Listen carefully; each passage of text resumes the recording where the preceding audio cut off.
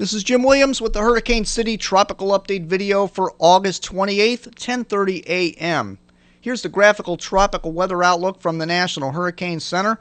We have 4 areas on the map. The first one is a weak area of low pressure in the northern Gulf of Mexico, and this system is going to move inland. There's dry air mixing in with it, and this is going to move inland without developing. We have Hurricane Danielle east-southeast of Bermuda. The weather's pretty good in Bermuda right now. Clear skies, northerly winds. We have the trough moving in on Bermuda right now, so that's protecting Bermuda from Hurricane Danielle.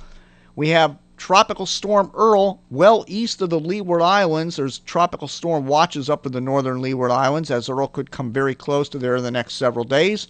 And we have Invest 97L in the East Atlantic that will become Fiona eventually.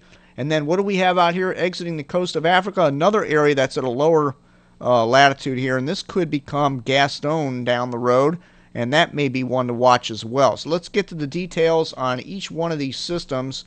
First of all, I want to show you what I showed you 2 days ago in the last tropical update video, and this is from the HurTrack program, and this is the position that the National Hurricane Center projected Danielle to be in today, 207 nautical miles east of Bermuda. So what actually happened? Here's today's map, and we see it's 248 nautical miles to the east-southeast of Bermuda. So they're about 50 miles off at 2 days, which is about the norm, and this is why they encourage people when systems approach land to pay close attention, because there can always be deviations in the course, and a difference of 50 miles can make a huge difference, as you can see here on this map, as we have what was a major hurricane. It's down to Category 2, but it could have been tragic had it been 50 miles off in this course. That's why we have the cones of error. Speaking of cones of error, here it is, the Earl projected path, Category 2, just north of the northern Leeward Islands. Major hurricane. Looks like it's aiming to split the uprights between Bermuda and the east coast of the U.S. We'll have to see if that pans out. But the cone of error does definitely include the northern Leeward Islands, and it does include Puerto Rico and the Virgin Islands as well.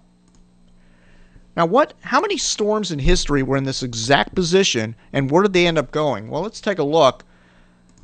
Hurricane of 1900, here we are, went through the northern Leeward Islands, Greater Antilles, and ended up hitting Galveston, killing over 8,000 people, put the whole area underwater. Hurricane of 1900, the Galveston hurricane, that was in this position right around this time of the year between August 27th and August 29th.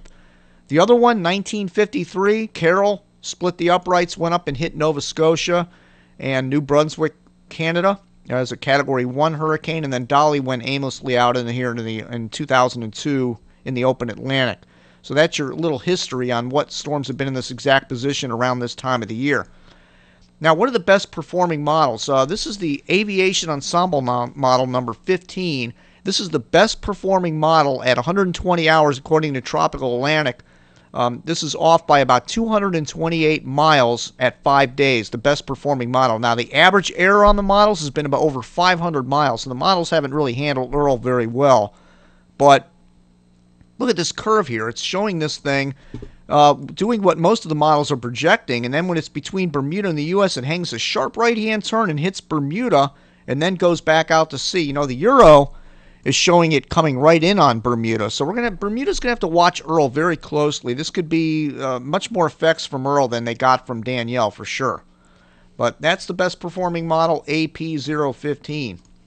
All right, here are the intensity models. Now, the LGEM is the best performing model as far as intensity, off by about an average of 4 knots, which is pretty good.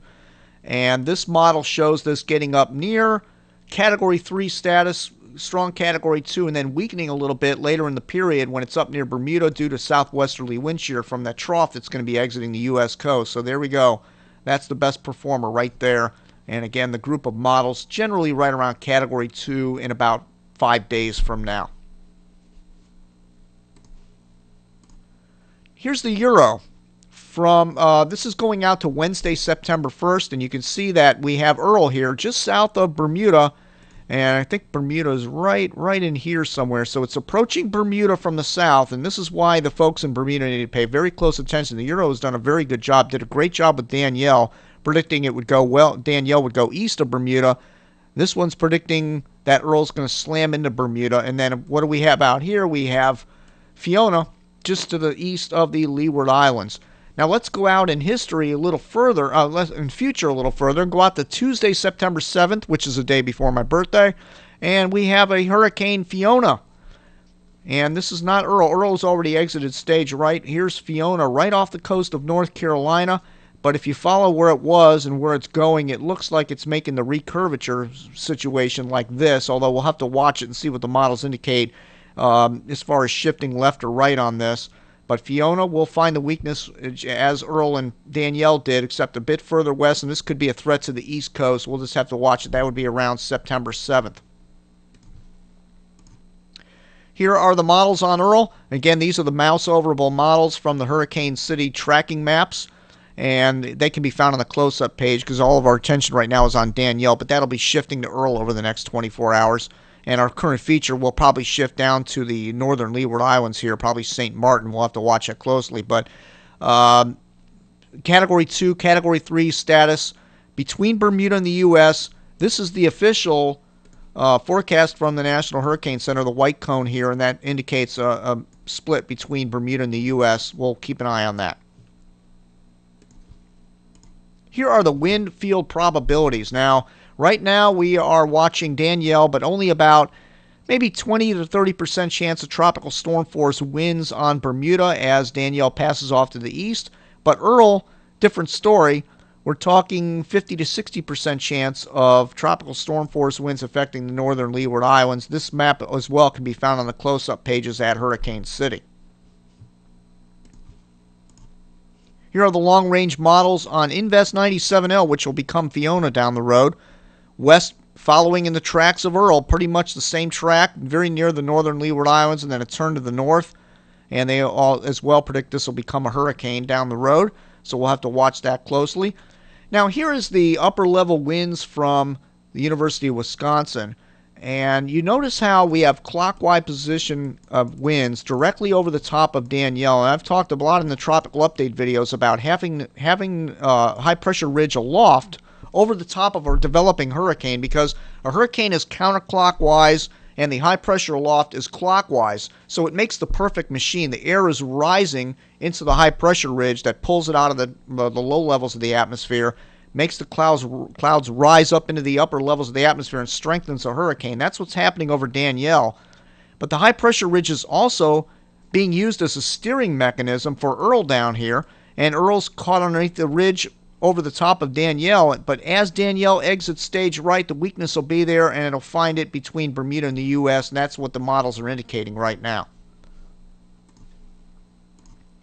Here's the East Atlantic, and this is what will become Fiona. Look at Fiona out here, nice banding features out here. It's a big, large system, probably taking up about 300-400 miles out here. So this is a very large system. And what's this behind here? That could become Gaston. And then we have another wave out here that we'll have to watch as well that'll exit later in the week. So the Cape Verde train is ongoing, and the systems are coming across.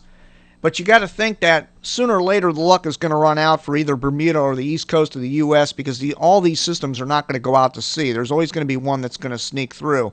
So let's take a look at the water vapor loop and see what's going on. We have this trough of low pressure right off the coast of the U.S. And again, this is the saving grace for Bermuda up here. It's going to steer Danielle out to the northeast. And again, the Euro nailed that one. Here is Earl. And it's going to find that weakness and head on between Bermuda and the U.S. The U.S. will have to watch this, but it looks like it's going to be more of a threat to Bermuda. And then, of course, here's Fiona out here. And I showed you the Euro model that shows this around September 7th, right off the coast of North Carolina. So we're going to have to watch that closely. Any deviation in this track would bring it into the United States. So we're going to have to watch Fiona closely. But Gaston, to me, would be the time that the high-pressure ridge would build back into the western basin and send any system after Fiona toward the United States. That's what we're going to have to watch closely. Now, we have another area of disturbed weather down here in the southwestern Caribbean Sea down here, but there's an upper-level low to the northwest of it, and that's moving in tandem with it. This is going to go into Central America and eventually make it into the Pacific. And again, this system is moving inland. There's a bunch of dry air wrapping into it. I wouldn't worry about that in the northern Gulf Coast. Well, that's it for now. We'll keep track of all these systems, and you can too at hurricanecity.com. Keep checking back for these updates and the updates at Hurricane City. Thank you again for visiting Hurricane City.